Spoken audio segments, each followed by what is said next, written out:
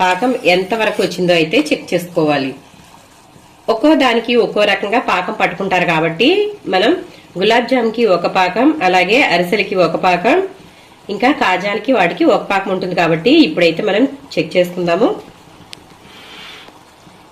ఇలా కొంచెం తీసుకున్న తర్వాత దీనిని కొంచెం చల్లారనివ్వాలండి. ఆ తర్వాతే ఇలా చెక్ చేసుకోవాలి. ఈ విధంగా 2 వేళ్లతో అన్నప్పుడు ఇలా చెక్ చేసుకోవాలి. చూడండి, ఇక్కడ ఈ విధంగా మనకి 2 వేళ్లతో ఇలా అన్నప్పుడు పాకం జిగురుగా రావాలి. అలాగే ఇలా 2-3 సార్లు అన్నప్పుడు ఒక తీగ రావాలండి.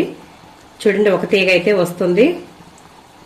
పాకం అయితే రెడీ అయిపోయింది. ఇప్పుడు స్టవ్ అయితే ఆఫ్ చేసేసుకుందాము.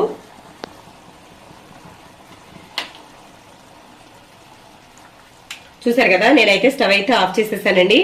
ఇప్పుడు మనం చూసారు కదా బెల్లం పాకం ఎంత కలర్ఫుల్ గా ఉందో చూడండి. ఇందులో మనం ఎటువంటి ఫుడ్ కలర్స్ కూడా వేసుకోవాల్సిన అవసరం లేదు.